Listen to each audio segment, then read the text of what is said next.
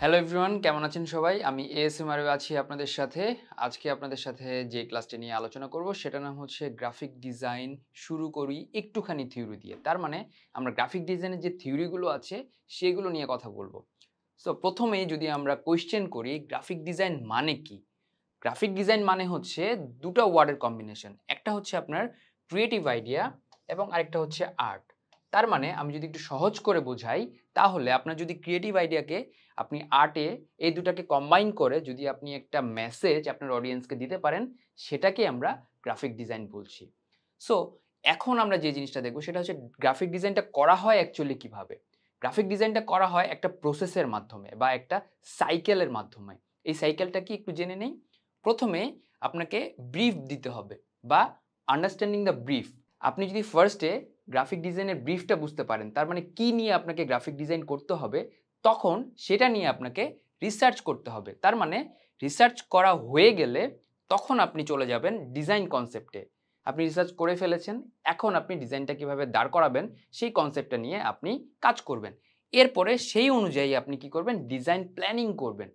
এরপরে আপনি সেই ডিজাইনটা তৈরি করা শুরু করবেন বা তৈরি করে ফেলবেন। এরপরে আপনি ওই তৈরি করা ডিজাইনটা ফিডব্যাকে নিয়ে যাবেন। তার মানে আপনি কি করবেন, সেটাকে আপনি ফিডব্যাকে পাঠাবেন। আপনার ক্লায়েন্টকে আপনি দিয়ে সেই ডিজাইনটা দেওয়ার পরে আপনি বলবেন যে এটা ঠিক আছে কিনা, এটার কোনো কারেকশন আছে কিনা। That means you will take the feedback.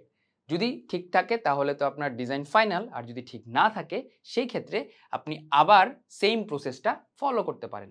এখন আমরা জানবো গ্রাফিক ডিজাইন করার জন্য কি কি জানা থাকা প্রয়োজন। গ্রাফিক ডিজাইন করার জন্য আপনার তিনটা জিনিস জানা থাকা প্রয়োজন। প্রথমত হচ্ছে ডিজাইন প্রিন্সিপালস বা রীতিনীতি, এরপরে আছে ডিজাইন তত্ত্ব বা থিওরি, এরপরে হচ্ছে রিলেভেন্ট সফটওয়্যার। তার মানে আপনি যখন গ্রাফিক ডিজাইন করছেন তিনটা জিনিস যদি আপনার জানা থাকে তাহলে আপনি গ্রাফিক ডিজাইন করতে পারবেন। প্রথমত ডিজাইন প্রিন্সিপালস, দ্বিতীয়ত ডিজাইন থিওরি, দেন হচ্ছে আপনার টুলস বা রিলেভেন্ট সফটওয়্যার। এখন আমরা ডিজাইন প্রিন্সিপালসের যে ডিটেলসগুলো আছে সেই ডিটেলসগুলো আমরা একটু জেনে নেই। আমরা যদি জনপ্রিয় 5টি ডিজাইন প্রিন্সিপালস দেখি তাহলে দেখব প্রথমেই আছে হচ্ছে ব্যালেন্স, এবং তারপরে কন্ট্রাস্ট, দেন হচ্ছে focal point or emphasise, and then unity, এবং ফাইনালি হচ্ছে হায়ারার্কি। আমরা এখন এই জিনিসগুলো আরো ডিটেল জানবো। এখন আমরা দেখব ব্যালেন্স বা ভারসাম্যতা। ভারসাম্যতা জিনিসটা যদি আমরা একটু এক্সপ্লেইন করি তাহলে বুঝবো যে কোন একটা ডিজাইন ক্যানভাসের মধ্যে যতগুলো এলিমেন্ট আছে সেই এলিমেন্টগুলোকে আপনি যখন একটা লাইন বরাবর সাজাবেন তখন সেটাকে আমরা ব্যালেন্স বা ভারসাম্যতা বলছি। ব্যালেন্সের সবচেয়ে ইম্পর্টেন্ট জিনিস হচ্ছে অ্যালাইনমেন্ট। অ্যালাইনমেন্ট আমরা তিনটা অ্যালাইনমেন্ট মূলত পেয়ে থাকি। একটা হচ্ছে লেফট অ্যালাইনমেন্ট, সেন্টার অ্যালাইনমেন্ট এবং রাইট অ্যালাইনমেন্ট। এগুলোর ভিত্তিতে আবার এগুলোকে তিনটি ভাগে ভাগ করা হয়, যেমন টপ, মিডল এবং বটম, এই তিনটা অ্যালাইনমেন্ট করা হয়। যদি আমরা এই এক্সাম্পলটার দিকে তাকাই তাহলে দেখব যে এখানে একটা ছবি ইউজ করা হয়েছে, এটা একটা ডিজাইন এলিমেন্ট। এখানে কিছু টেক্সট ইউজ করা হয়েছে, এটাও একটা ডিজাইন এলিমেন্ট। এবং এখানে আরেকটা টেক্সট বা এলিমেন্ট ইউজ করা হয়েছে। এই সবগুলোর কম্বিনেশনে পুরো জিনিসটাকে একটা ভারসাম্য অবস্থায় রাখা হয়েছে, এটাকে আমরা ব্যালেন্স বলছি। এখন আমরা দেখব ব্যালেন্স কয় প্রকারের হয়ে থাকে। ব্যালেন্স মূলত দুই প্রকারের হয়ে থাকে, একটা হচ্ছে সিমেট্রিক্যাল ব্যালেন্স, একটা হচ্ছে এসিমেট্রিক্যাল ব্যালেন্স। সো সহজভাবে যদি আমি বলি, সিমেট্রিক্যাল ব্যালেন্সটা হচ্ছে কোন একটা এলিমেন্টকে ঘিরে আপনার যতগুলো এলিমেন্ট আছে বা টেক্সট আছে সেগুলোকে গোছানো। আর অ্যাসিমেট্রিক্যাল ব্যালেন্সটা হচ্ছে যে কোনো একটা ফোকাল পয়েন্টকে আপনি টার্গেট করে আপনার যে এলিমেন্ট বা টেক্সটগুলো আছে সেগুলোকে সাজাবেন। যদি এখানে দেখি যে এটা হচ্ছে আপনার একটা এলিমেন্ট, এই এলিমেন্টকে কেন্দ্র করে এখানে টেক্সটগুলোকে সাজানো হয়েছে। আর অ্যাসিমেট্রিক্যালের ক্ষেত্রে এখানে হচ্ছে আপনার ফোকাল পয়েন্ট, এখানে কেন্দ্র করে পুরো জিনিসটাকে সাজানো হয়েছে। সো দুই জিনিস যদিও সহজ বাট একটু পার্থক্য আছে। এখন আমরা দেখব কন্ট্রাস্ট বা বৈসাদৃশ্য। সো এই জিনিসটা খুবই সহজ। কোনো একটা ডিজাইনকে আকর্ষণীয় করে তোলার জন্য আপনি যখন এর ভিতরে যেসব এলিমেন্ট ইউজ করবেন সেগুলোর মধ্যে আপনি বৈসাদৃশ্য অ্যাপ্লাই করবেন। তার মানে দেখুন এখানে আপনি হচ্ছে কালার ইউজ করেছেন, কালারের মাঝখানে একই রকম কালারের মাঝখানে একটি অন্য কালার ইউজ করা হয়েছে যাতে করে আপনার এটার মধ্যে ফোকাস পয়েন্ট বা অ্যাট্রাকশন বেড়ে যায়। এছাড়া আপনি বিভিন্ন শেপের মাধ্যমে, বিভিন্ন লাইনের মাধ্যমে, বিভিন্ন বক্সের মাধ্যমে আপনি কন্ট্রাস্ট বোঝাতে পারেন। এরপরে আমরা দেখব ফোকাল পয়েন্ট বা কেন্দ্রবিন্দু। কোনো একটা ডিজাইনের মধ্যে আপনার অবশ্যই একটা কেন্দ্রবিন্দু থাকা লাগবে। সেটা হতে পারে ছবি, হতে পারে টেক্সট বা হতে পারে কোনো ধরনের সিম্বল। এখানে দেখুন এই যে ছবিটা দেখছি, এই ছবিটা এবং এই ছবিটার মধ্যে আমরা যদি খেয়াল করি, এই ছবিটার মধ্যে আমাদের সবার প্রথমে চোখে পড়বে এই টেক্সটগুলো এবং এখানকার যে টেক্সটগুলো আছে এই টেক্সটগুলো। আর এই পাশের ডিজাইনটা যদি আমরা খেয়াল করি তাহলে দেখব এই ডিজাইনটাতে সবার প্রথমে আমাদের চোখে পড়বে এটার প্রোডাক্টটা। তার মানে এখানে প্রোডাক্ট কি? প্রোডাক্ট হচ্ছে শুজ। এরপরে আমাদের চোখে পড়বে টেক্সটটা। টেক্সটে বলা হয়েছে যে এখানে 15% বা 50% অফ। এই যে জিনিসগুলো একটার পর একটা চোখে পড়ছে এবং সবচেয়ে মজার ব্যাপার হচ্ছে যখন আপনি ডিজাইনটা দেখছেন সবার প্রথমে কোনটাতে আপনার চোখ পড়ছে সেটাকে আমরা হচ্ছে কেন্দ্রবিন্দু বা ফোকাল পয়েন্ট বলছি। এরপরে যদি আমরা যাই তাহলে দেখব ইউনিটি বা একতা। এই ইউনিটি বা একতাটা খুব মজার জিনিস। আমরা যখন কোনো একটা ডিজাইন দেখি এই ডিজাইনটার মধ্যে যে এলিমেন্টগুলো থাকে এগুলোর মধ্যে একটা মেলবন্ধন তৈরি করা হয় বা রিলেশন তৈরি করা হয়। এই পোস্টারটা যদি দেখি, দেখুন এখানকার যে ক্যারেক্টার, এই ক্যারেক্টারের যে অ্যাকশন ফেস বা এক্সপ্রেশন এটার সাথে বাকি যে ক্যারেক্টারগুলো আছে এগুলোর এক্সপ্রেশনও কিন্তু রিলেশন বা রিলেটিভ করা হয়েছে। তার মানে এগুলা একটা একটার সাথে রিলেটেড। যখন আমরা এটা দেখব তখন মনে হবে যে তারা একই ধরনের পোজ দিচ্ছে বা একই ধরনের কোনো একটা মেসেজ দিচ্ছে। এরপরে আমরা দেখব হচ্ছে হায়ারার্কি বা অনুক্রম। হায়ারার্কি বা অনুক্রম ব্যাপারটা হচ্ছে যে কোনটার পরে কোনটা প্রাধান্য পাবে এই জিনিসটা। এটা হতে পারে হচ্ছে আপনার কন্ট্রাস্টের মাধ্যমে, হতে পারে প্রক্সিমিটির মাধ্যমে, হতে পারে স্কেলের মাধ্যমে। তার মানে এই ৩ ভাবে আমরা হায়ারার্কি প্রকাশ করতে পারি। এরপরে আমরা দেখব যে হায়ারার্কির আরো কিছু বিষয়, যেমন এর মধ্যে হচ্ছে অনুপাত বা প্রপোর্শন। এখানে দেখুন প্রতিটা সাইজ, তার মানে লাইন হতে পারে, বক্স হতে পারে বা আদার কোনো শেপ হতে পারে, এগুলোর যে অনুপাত সেই অনুপাতগুলোকে ছোট বড় বিভিন্নভাবে প্লেস করাটা হচ্ছে এই প্রপোর্শনের মধ্যে পড়ে। এরপরে আমরা দেখব হচ্ছে মুভমেন্ট। মুভমেন্টটা হচ্ছে আপনার ডিজাইনে ব্যবহৃত এমন একটা এলিমেন্ট যেই এলিমেন্টের মাধ্যমে মুভমেন্ট প্রকাশ হয়। এখন আমরা দেখব ব্ল্যাঙ্ক স্পেস বা ফাঁকা জায়গা। এই ডিজাইনটা যদি আমরা লক্ষ্য করি তাহলে দেখব যে এখানে কিন্তু ফাঁকা জায়গা সবচেয়ে বেশি, কিন্তু তারপরও এই ডিজাইনটা আমাদের ভালো লাগছে বিকজ অফ ফাঁকা জায়গা এবং আপনার একটা দুটা এলিমেন্টের মাধ্যমে আপনি যখন মেসেজটা প্রকাশ করছেন তখন সেটা আরো স্ট্রংলি কিন্তু প্রকাশ পাচ্ছে। এখন আমরা দেখব ডিজাইন থিওরি। সো ডিজাইন থিওরির মধ্যে কি কি আছে একটু দেখে নিই। ডিজাইন থিওরির মধ্যে 5টি জনপ্রিয় থিওরি হচ্ছে gestalt theory, colour theory, typography, grid theory এবং সেমিওটিক্স। এই জিনিসগুলো আমরা একে একে জানব। প্রথমেই আমরা যাচ্ছি হচ্ছে গেস্ট্রাল থিওরিতে। গেস্ট্রাল থিওরিটা খুব মজার একটা ব্যাপার। যখন আমরা মুভি পোস্টারগুলো দেখি তখন কিন্তু আমরা গেস্ট্রাল থিওরিটা চোখে পড়ে আমাদের। যেমন আমি যদি সুপারম্যান বা হচ্ছে ডক্টর স্ট্রেঞ্জার এবং হচ্ছে আদার্স যে নামগুলো থাকে এই জিনিসগুলো যদি আমি এক এক করে বসাই তাহলে কিন্তু এইটা ভালো লাগবে না বা ডিজাইনটা দেখতে ভালো লাগবে না। যদি এটাকে আমরা একসাথে বসাই এবং এটার সাথে আরো কিছু এলিমেন্ট অ্যাড করি তখন কিন্তু জিনিসটা আমাদেরকে ভালো লাগবে। সো এই পোস্টারটা যদি দেখি এখানেই কিন্তু গেস্ট্রাল থিওরিটা ইউজ করা হয়েছে। সিঙ্গেল এলিমেন্টগুলো বিভিন্নভাবে প্লেসমেন্ট করে একই সাথে একটা ডিজাইনের রূপ দেওয়া হয়েছে, এটাকে বলছি আমরা গেস্ট্রাল থিওরি।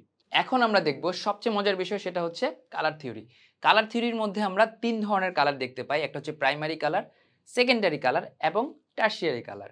সো প্রাইমারি কালার যদি দেখি আমরা এই হুইলের মধ্যেই কিন্তু 3 ধরনের কালার দেয়া আছে। এই হুইলটাকে কিন্তু অনেকে ম্যাজিক্যাল হুইল বলে থাকে। কিভাবে? আমরা যদি এইভাবে একটা ট্রায়াঙ্গেল আঁকি যেই কালারগুলো পাবো সেটা হচ্ছে আমাদের প্রাইমারি কালার।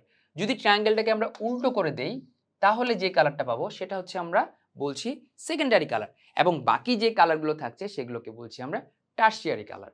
এখন আসুন কোন কালার কি ধরনের মিনিং করে বা কি এক্সপ্রেশন মিনিং হয় এই কালারের মাধ্যমে সেটা আমরা দেখব। প্রথমেই আসি হচ্ছে লাল কালার।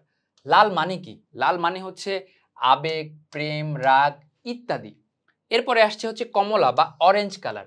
অরেঞ্জ কালারটা কি কি মিনিং করে? ফার্স্ট অফ অল সৃজনশীলতা, তারুণ্য এবং উদ্দীপনা।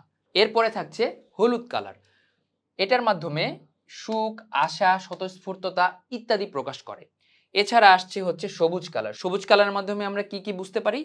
প্রকৃতি, বৃদ্ধি বা সম্পদ বা এটার হচ্ছে পজিটিভিটি বা ইতিবাচক যেটাকে আমরা বলি। এরপরে আসছে হচ্ছে নীল বা ব্লু কালার। এটাকে এই ব্লু কালার দিয়ে আমরা হচ্ছে শান্তি, বিশ্বাস, বুদ্ধি বা অনুপ্রেরণা বুঝিয়ে থাকি।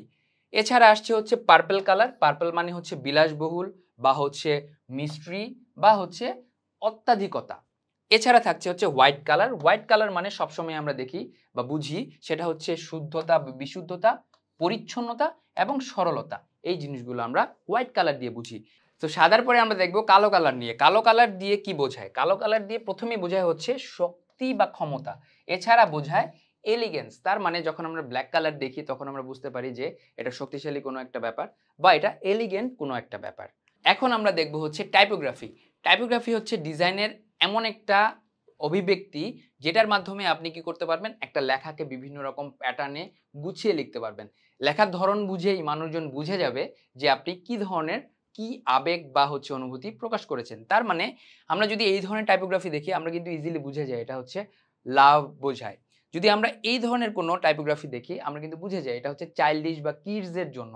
আর যদি এই ধরনের কোনো টাইপোগ্রাফি দেখি আমরা বুঝে যাই হরর বা মার্ডার, এই ধরনের কোনো একটা ব্যাপার।